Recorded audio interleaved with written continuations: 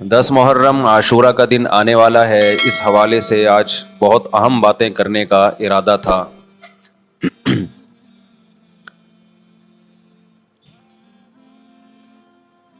محرم میں کیا کرنا چاہیے؟ کربلا کا واقعہ اصل ہے کیا؟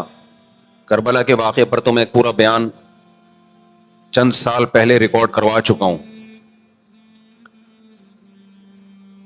لیکن اس واقعے سے اہم سبق کیا ملتے ہیں؟ محرم میں ہم کون سے ایسے کام کر رہے ہیں جس سے ہم اللہ کے غضب کے مستحق ٹھہر رہے ہیں؟ یہ چند باتیں ہیں جس پر انشاءاللہ آج میں بات کروں گا. اللہ تعالی ہم سب کو عمل کی توفیق عطا فرمائے اور حق کہنے کی توفیق عطا فرمائے. دیکھو ایک بات خوب اچھی طرح سمجھ لو، اسلام 1400 سال پہلے مکمل ہو چکا ہے. کسی واقعے کی وجہ سے اسلام کو تبدیل نہیں کیا جاتا، بلکہ اسلام کی روشنی میں اس واقعے کے جو تقاضے ہیں ان پر عمل کیا جاتا ہے. ہمارے ہاں ہو یہ رہا ہے، واقعات کی بنیاد پہ مسائل نکالے جا رہے ہیں. 10 محرم کا دن سیدنا حسین ابن علی رضی اللہ عنہ کی شہادت سے پہلے بھی عظیم تھا، اور سیدنا حسین ابن علی رضی اللہ عنہ کی شہادت کے بعد بھی عظیم دن ہے. آج آپ نے ایک نعرہ بہت سنا ہوگا کہ جی اسلام میں فرقہ واریت نہیں ہے، ہم کسی فرقے سے نہیں ہیں. میں بار بار کہتا ہوں کہ یہ بڑا خوشنما نعرہ ہے جو سننے میں بہت اچھا لگتا ہے. کچھ باتیں سننے کی حد تک بہت اچھی ہوتی ہیں، لیکن پریکٹیکل لائف میں ان کی ویلیو بالکل بھی نہیں ہوتی. جب آپ پریکٹیکل لائف میں آتے ہیں تو پھر آپ کو یہ فیصلہ کرنا پڑتا ہے کہ آپ کس فرقے سے تعلق ہے آپ کا. آپ سنی ہیں، شیعہ ہیں، معتزلہ ہیں، مرجیہ ہیں، قدریہ ہیں، ناصبیہ ہیں، کیا ہے آپ کا فرقہ؟ یہ کہہ دینا آسان ہے، میرا کوئی فرقہ نہیں ہے.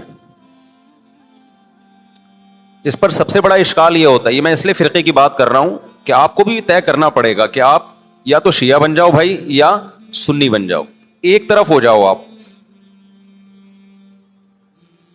محرم میں شیعہ بنے ہوئے ہوتے ہیں، رمضان میں سنی بنے ہوئے ہوتے ہیں، ربیع الاول میں بریلوی بنے ہوئے ہوتے ہیں، تو پتہ ہی نہیں چلتا کہ ٹکتا ہی نہیں ہے کسی ایک جگہ. اس بات میں دو رائے نہیں ہو سکتی کہ سیدنا حسین رضی اللہ تعالی عنہ کو جو کربلا میں شہید کیا گیا، یہ کائنات کا بدترین ظلم تھا. جس نے آپ کی گردن مبارک پہ تلوار رکھی اس کی بدبختی میں دو رائے نہیں ہو سکتی.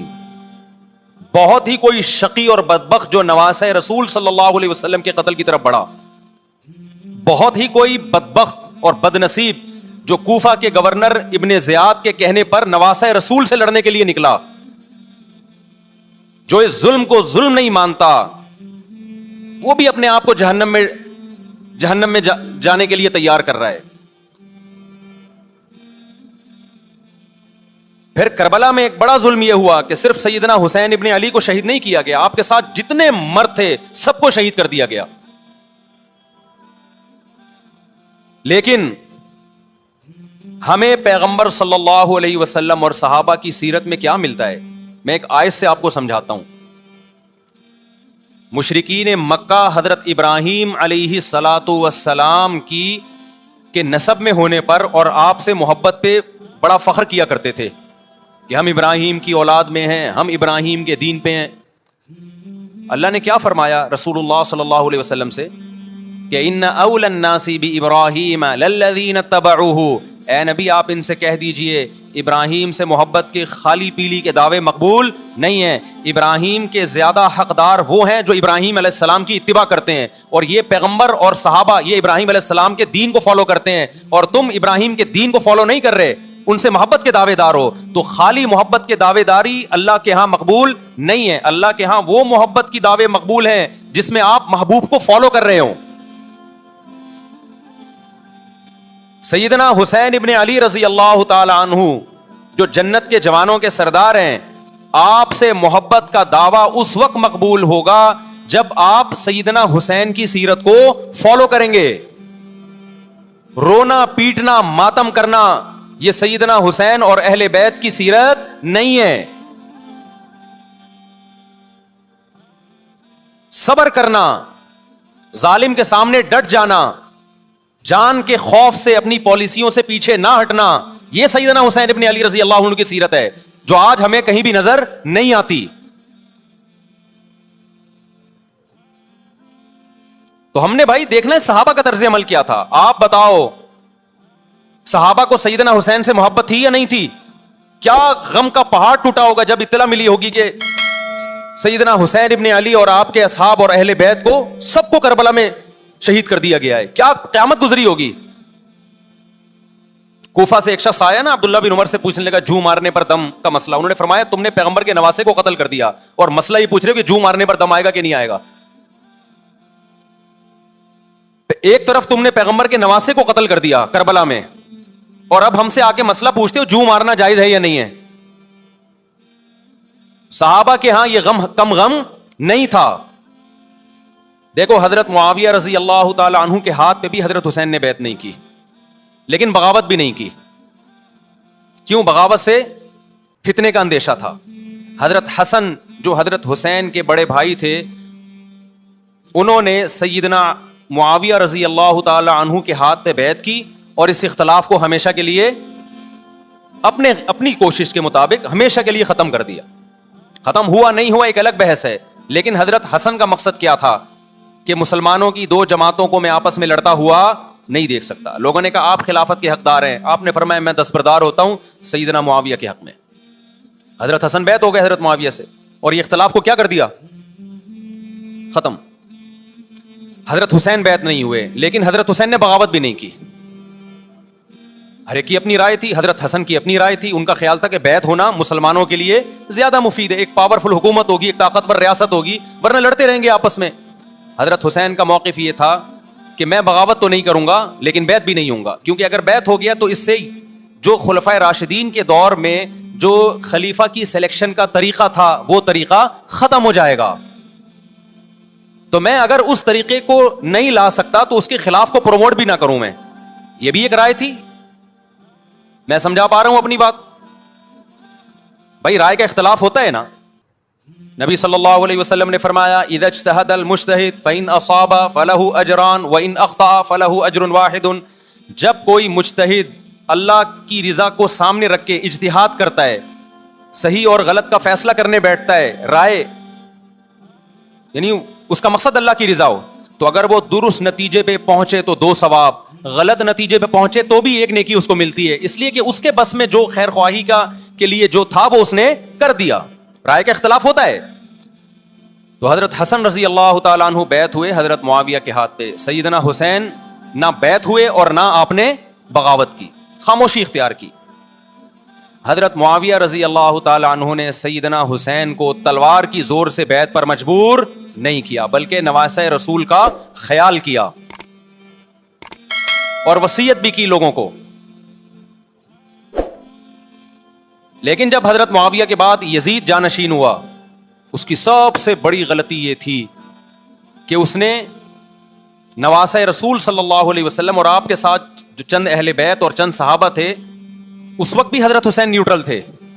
نہ حضرت حسین نے بغاوت کا ارادہ کیا اور نہ بیعت کرنے کا ارادہ کیا. یزید ابن معاویہ کو چاہیے تھا کہ سیدنا حسین رضی اللہ عنہ کو اپنے حال پہ چھوڑ دیتا, اپنے والد کی طرح. حضرت حسین رضی اللہ تعالیٰ عنہ کو جب کوفہ سے خطوط آئے, یہ میں وضاحت اس لیے کر رہا ہوں کہ حضرت حسین بغاوت کے لیے نہیں نکلے تھے, اس مسلمان حاکم کے خلاف بغاوت کے لیے نہیں نکلے تھے, کیونکہ رسول اللہ صلی اللہ علیہ وسلم کی بہت ساری صحیح حدیث ہے اس بارے میں کہ جو باغی ہے, جو ریاست کے خلاف بغاوت کرتا ہے, اس کو نبی صلی اللہ علیہ وسلم نے اس عمل کو پسند نہیں کیا. تو حضرت حسین رضی اللہ تعالیٰ عنہ کو کوفہ سے خطوط آئے کہ یہاں سارے کے سارے لوگ آپ کے ہاتھ پہ بیعت کرنے کے لیے تیار ہیں. ظاہر ہے جب کسی علاقے کے لوگ دارالخلافہ ہو اور سب بیعت ہونے کے لیے تیار ہوں تو پھر آپ کا جانا یہ بغاوت کا عمل نہیں کہلاتا. حضرت حسین رضی اللہ تعالیٰ عنہ اہل بیت کے ساتھ نکلے, کربلا میں جب پہنچے, مشہور واقعہ آپ 20 دفعہ سن چکے ہیں, وہاں جا کے آپ کو اطلاع ہوئی کہ وہ خبر غلط تھی, اور عبید اللہ بن زیاد نے ایک پورا لشکر بھیجا سیدنا حسین رضی اللہ تعالیٰ عنہ کو مجبور کرنے کے لیے کہ میرے ہاتھ پہ آپ زبردستی بیعت ہو جائیں. حضرت حسین رضی اللہ تعالیٰ عنہ نے مطالبے رکھے کہ یا تو مجھے واپس جانے دیا جائے, اور اگر بیعت کرنا ہی ہے تو میں دمشق میں امیر کے ہاتھ پہ جا کے بیعت کروں گا. بہت معقول مطالبے تھے یہ. میرا مقصد ابھی کربلا کا واقعہ بیان کرنا نہیں ہے, اس پہ بہت کچھ کہا جا چکا ہے, خود میرا بھی بیان اس پہ تفصیل سے ہو چکا ہے. اس کے بعد بھی سیدنا حسین رضی اللہ تعالیٰ عنہ کو مجبور کرنا کہ عبید اللہ بن زیاد جو بدبخت انسان, جو قاتل تھا اہل بیت کا, اسی کے ہاتھ پہ لازمی بیعت ہوں, جبکہ وہ امیر بھی نہیں ہے, وہ گورنر ہے ایک علاقے کا. تو نواسہ رسول کا خیال نہ کرنا یہ بدترین ظلم تھا جو اس وقت حکومت سے ہوا ہے. حضرت حسین رضی اللہ تعالیٰ عنہ, دیکھو نبی صلی اللہ, آج ہم دیکھتے ہیں کہ جو بڑا آدمی ہوتا ہے نا, اس کی قربانیاں ہوتی ہیں, اس کی بڑی بڑی قربانیاں ہوتی ہیں. چھوٹے اپنے بڑوں کی قربانیوں کو کیش کراتے ہیں. آپ نے دیکھا ہوگا فلاں نے بڑی قربانیاں دی اور بچے موج کر رہے ہیں, دیکھا نا آپ نے. لیکن اللہ تعالیٰ نے رسول اللہ صلی اللہ علیہ وسلم کے نسب کو اس سے محفوظ کیا. ہمارے نبی کے 2 بیٹے حسن حسین, آپ کی نسل حضرت فاطمہ سے چلی ہے, دونوں شہید ہوئے ہیں. اس میں بہت بڑی حکمت تھی کہ پیغمبر صلی اللہ علیہ وسلم نے سب سے پہلے تربیت اپنے گھر والوں کی ہے. آج لوگ باہر فنٹر بنے ہوئے ہوتے ہیں, تبلیغیں کر رہے ہوتے ہیں, اپنے گھر کی ان کو پرواہ نہیں ہوتی. نبی صلی اللہ علیہ وسلم نے سب سے پہلے جو تربیت کی ہے, کس کی ہے؟ حضرت حسن اور حسین کی ہے. تو جب کربلا میں آپ کو چاروں طرف سے گھیر لیا گیا اور آپ کو مجبور کیا گیا کہ آپ نے ابن زیاد کے ہاتھ پہ بیعت کرنا ہے, تو آپ نے اس ذلت کو گلے لگانے سے انکار کر دیا. آپ کو 100% یقین تھا کہ اتنے بڑے لشکر کے سامنے میں ٹھہر نہیں سکتا, اسباب کی دنیا میں فتح کی امید نہیں ہے. لیکن حضرت حسین رضی اللہ تعالی عنہ نے لڑنے کا فیصلہ کر کے اور شہادت کو قبول کرنے کا فیصلہ کر کے ابن زیاد اور اس زمانے کے حکمران جو اس قتل پہ راضی تھے, قیامت تک کے لیے ان پہ لعنت کے سلسلے کا دروازہ کھول دیا. بعض دفعہ اللہ بھی یہ چاہتے ہیں کہ بدبختوں کو ڈھیل ملے تاکہ ان کا جرم سنستدرجہم من حیث لا یعلمون. قرآن کہتے ہیں نا ہم ان کو ڈھیل دیں گے, ان کو برائی میں ہم آگے بڑھنے دیں گے, ایسے بڑھنے دیں گے کہ ان کو خود بھی پتہ نہیں چلے گا, تاکہ قیامت کے دن ان کا عذاب ان کو کئی گنا بڑھا کر دیا جائے. اب میرے بھائی ہمارے لیے کیا سبق ملتا ہے؟ جب یہ واقعہ ہوا عالم اسلام میں کوہرام مچ گیا, لیکن کیا اس واقعے کے بعد اہل بیت کی جو مقدس اور پاکیزہ عورتیں تھیں, کیا انہوں نے نوحہ کیا یا صبر کیا؟ آپ کا ضمیر کیا کہتا ہے, انہوں نے نوحے پڑے ہوں گے یا صبر کیا ہوگا؟ بولو بھائی, صبر کیا. عبداللہ بن عمر رضی اللہ تعالیٰ عنہ جو کوفہ والوں کو ملامت کیا کرتے تھے کہ تم جو مارنے کے مسئلے ہم سے پوچھتے ہو, تم نے حسین کا قتل کر دیا, تو یہ حضرت ابن عمر نے اسی لیے کہا نا کہ آپ کو اس کا غم ہوا تھا. تو ابن عمر کا عمل کیا تھا؟ کیا انہوں نے ماتم کیا؟ کیا انہوں نے چھروں سے اپنے آپ کو مارا؟ حضرت حسین کا قتل بھی ظالمانہ, اور اس سے پہلے سیدنا عثمان کا قتل بھی ظالمانہ. اگر نوحہ یا ماتم جائز ہے تو حضرت عثمان کی شہادت کے دن بھی جائز ہے, حضرت حسین کی شہادت کے دن بھی جائز ہے, اور اگر ناجائز ہے تو جیسے عثمان کی شہادت کے دن ناجائز, حسین کی شہادت کے دن بھی ناجائز ہے. سمجھ میں آ رہی ہے بات کہ نہیں آ رہی ہے؟ قرآن کیا کہتا ہے ایسے مواقع کے بارے میں؟ تلک امۃ قد خلت لہا ما کسبت ولکم ما کسبتم. قرآن جب بھی پرانی امتوں کے واقعات بتاتا ہے, قرآن کہتا ہے یہ قوم تھی جو گزر گئی, انہوں نے جو کیا اس کا بدلہ ان کو ملے گا, تم جو کرو گے اس کا بدلہ تمہیں ملے گا. تو ہمیں اللہ نے اس واقعے میں بھی بتا دیا کہ سیدنا حسین کا واقعہ, کربلا کا واقعہ جب سنا کرو تو یہ سوچا کرو یہ قوم تھی جو گزر گئی, جس نے اچھا کیا, حسین ابن علی نے اچھا کیا, ان کو اس اچھائی کا بدلہ ملے گا. اور جو حضرت حسین کے قتل کے ہاتھوں قتل